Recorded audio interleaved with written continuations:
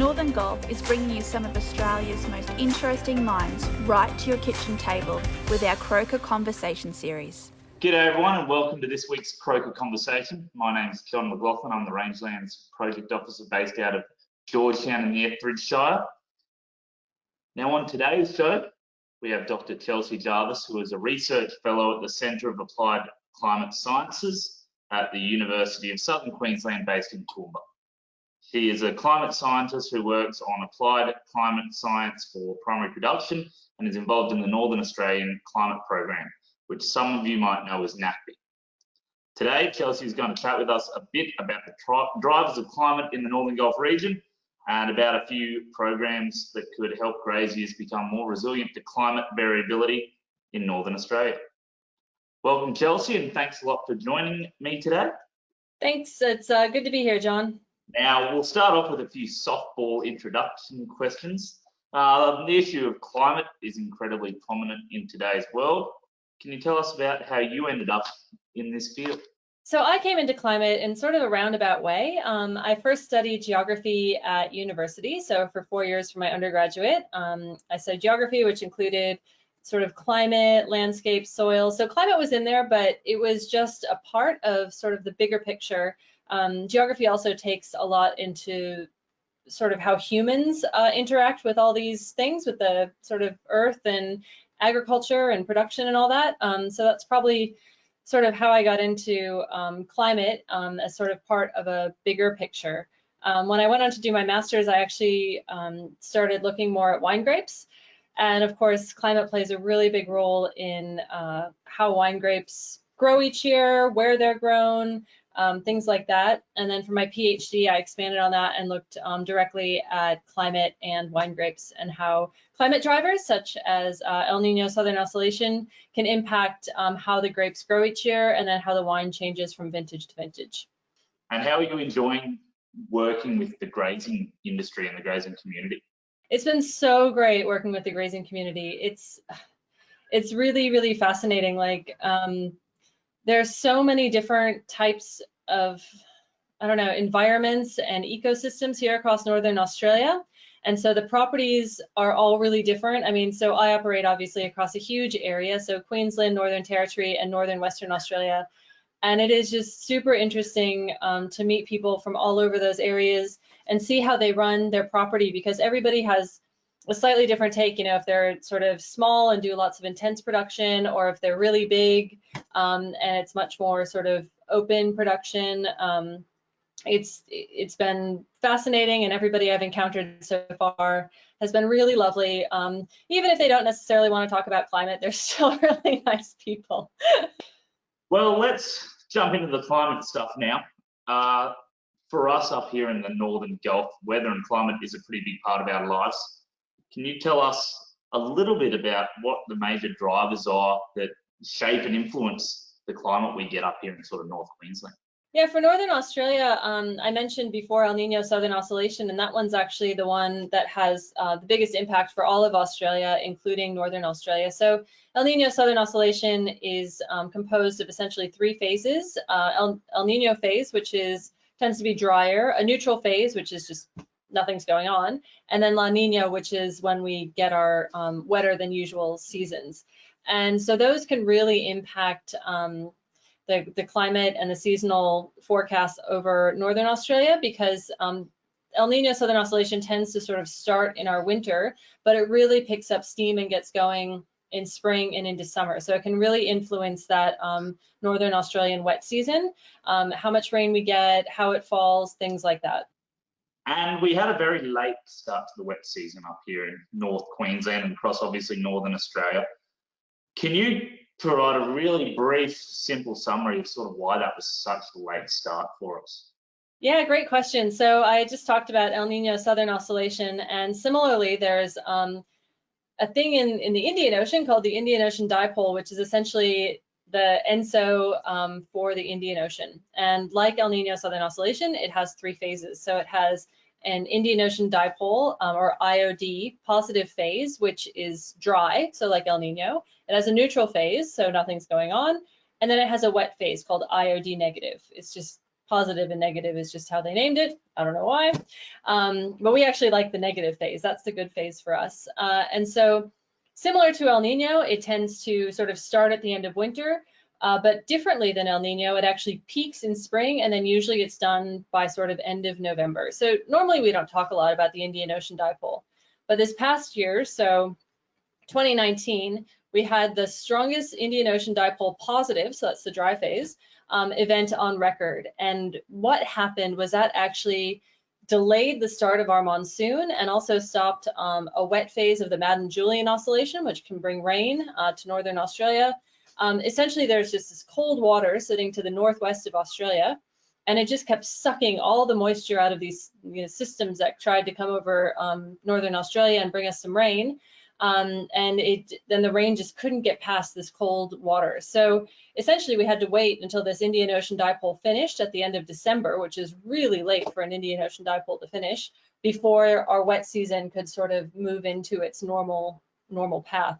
And so that's what caused the major delays in the 2019 onset of the northern wet season. So the other driver that we hear a fair bit about up here is the MJO. Can you give us a quick summary of exactly what that is and how it affects us? Yeah, so I mentioned the Madden-Julian oscillation, or as you put it, MJO, just a second ago. And so the Madden-Julian oscillation is, it's also called the 40-day wave. And essentially it's this group of clouds that travels around the world, kind of follows the equator more or less. In our summers, those clouds move closer to Australia, so they move south of the equator. And then in our winters, they move north of the equator. So that's when places like India and everything, they get their monsoon, and the MJO is also related to their monsoon as it's related to our monsoon.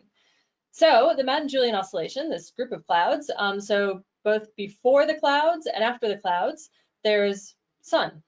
So it's like sun, clouds, sun. And so with the Madden-Julian oscillation, we oscillate between sunny and cloudy. So when we have an active wet phase moving through, that's usually when we get our bursts during the monsoon, so when we can expect to get quite a bit of rain. And when we have a dry phase of the MJO moving through, that's when we tend to get our breaks, or so areas or times when we don't get rain. And so the MJO can be a really great tool for planning, using that forecast to sort of see if it's going to come around, because we can predict it about 2 weeks out. So you can look at it sort of, oh, what's going to happen in the next 2 weeks? Oh, look, looks like there's going to be an active wet phase of the MJO moving through in 2 weeks. We're probably going to get some rain. And so it can be a really helpful planning tool to use across northern Australia for those shorter sort of 2 week to 1 month decisions. Thanks a lot. That provides some really good information on some of those drivers there. As you can imagine, there's a fair few people out there that are skeptical of climate and weather forecasts and predictions.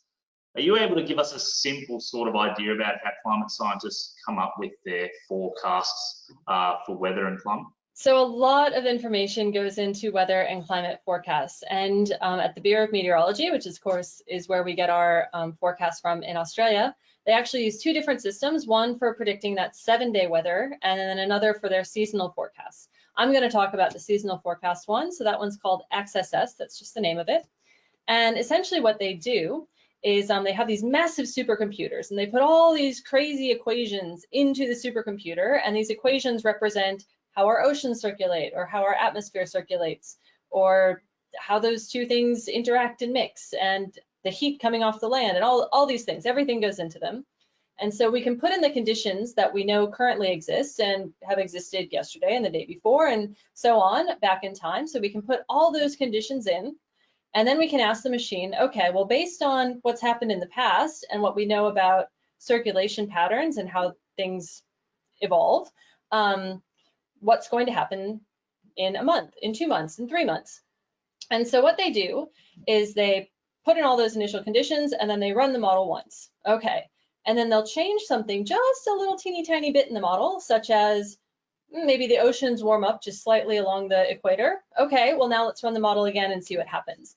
And they do this 33 times every day with slight changes in each model run. And they do that to include chaos into the system.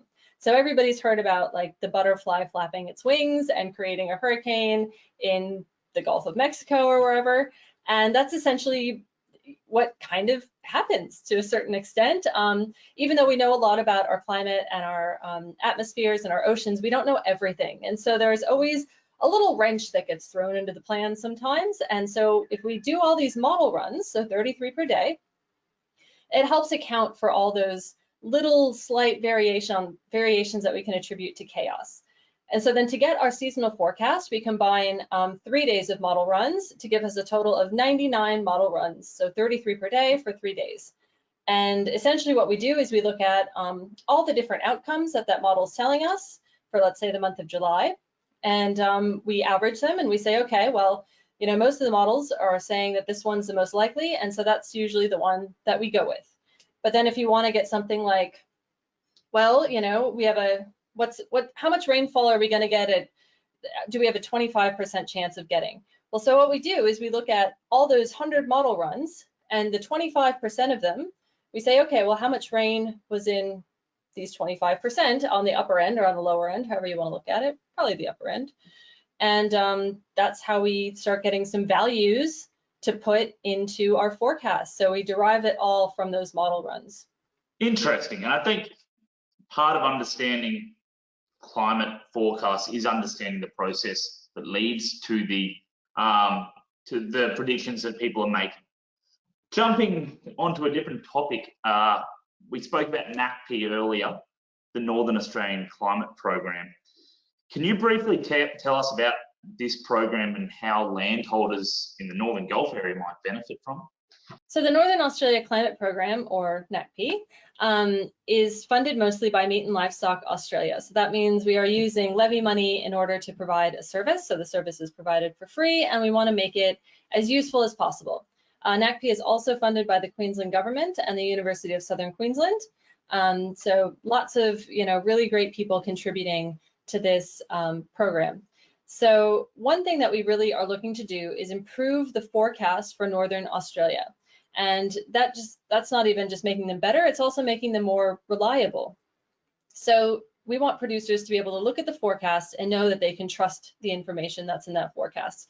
And as you alluded to earlier, that hasn't always happened in the past, largely due to not having the supercomputing power to really get those models robustly running.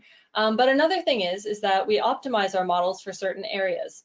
So in Australia, we might say, well, look, a lot of people live in Sydney, Melbourne, that sort of area. So let's optimize our forecast models for those areas because that's where the most people live. It makes a lot of sense. However, it's a really big country and there are lots of people in other places. So a big part of what we're doing with the Northern Australia Climate Program is making sure that Northern Australia gets optimized in the models so that way the forecasts are improved. And we're hoping that this will make a really big difference to producers in how much they can trust the forecast, and hopefully they can use it more and have improved production outcomes. So the way that those outcomes happen is by, you know, introducing producers to the tools that are available, letting them know how to read them, and also how to apply them on their property. So it's not just about saying, here's a forecast, good luck. It's about saying, here's a forecast, let's talk about how this can be useful for you, or not. Maybe it's not, but we hope that it would be. You have people on the ground in Northern Australia to help you out with the delivery of this program? Well, you should know, you're one of them. Yes, we have, well, currently we have 8 climate mates, but we're about to add 8 more. And so climate mates are essentially our regional extension experts, such as John. And they are helping us deliver this information that I just talked about. So not only the forecast, but also how to use it on property to people all across Northern Australia. And the reason that the Climate Mate program has been really successful is because we don't hire geeky scientists like me, and we don't hire people from Melbourne, and we don't hire people from who knows where. We hire people from the local community that have lived there. A lot of them even live on property. And so they're already familiar with production systems in that area. Most of them have lived there for decades, so they're familiar with the local climate. They can understand very quickly, once we explain, you know, the forecast to them and how to read them, they can quickly go, oh, hey, that would actually be really useful at this time of year because that's when we muster, and you know, that's the kind of information that we need. And so the climate mates are just so integral and critical to the success of NACP, because they're the ones that are really making that connection with the producer. And a lot of them have like I said, they've been in their communities for decades, so they already know a lot of people. So there's already that built-in trust, which is really great. Well, thanks a lot for that. I think it's been a really good description over some climate drivers in northern Australia, and then also about the Northern Australian Climate Program, which is a really exciting opportunity for graziers in our area. Sort of closing up now, we've got our crowd question of the week from Zoe on the table ends, and I think you've already sort of answered this, but we'll still go with it. If a landholder was to begin monitoring North Queensland's climate, what should be the first driver they begin to focus on understanding? Yeah, so the El Nino Southern Oscillation is the real obvious answer there. But also, you know, as we saw in 2019, the Indian Ocean Dipole can also be a really good one. And then familiarizing yourself with the Madden-Julian Oscillation would also be great. And of course, you're like, whoa, that's a lot of acronyms.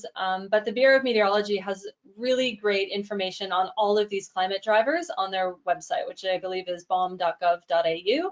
And then they have a little search bar up in the upper right-hand corner, and you can just type in any of those words or even the acronym, and it'll provide a whole bunch of information, and then you can start seeing how they apply to your area. So you sort of just started on a bit of that. Is there any other sites or tools that that you would recommend people going to get more information on this sort of stuff? Definitely, there's probably too many tools out there, but another really good one, especially for looking at sort of what's happened in the past, is the Climate app. So if you just Google Climate app online, it'll come up. That's actually run by the University of Southern Queensland. It's really helpful at sort of seeing how the past 12 months have been, 24 months, where you stand as compared to other years. So that provides a lot of information. And then, of course, I have to promote the Northern Australia Climate Program website, which is nacp.org.au. And on there, you can find lots of information about the program, but also contact information for not only myself, but also for our climate mates. So you can figure out which one is in your area, and then you can start sending any questions you have to them or to me, and we will happily put you in touch with anybody that, you know, can be of assistance or will provide any information that may be relevant. Well, thanks a lot, and we'll make sure we put up the links to those resources when the video goes up. Chelsea, thanks a lot for chatting with me today and providing the Northern Gulf community with some valuable insights around our region's climate. That's it for this week's Croaker Conversation.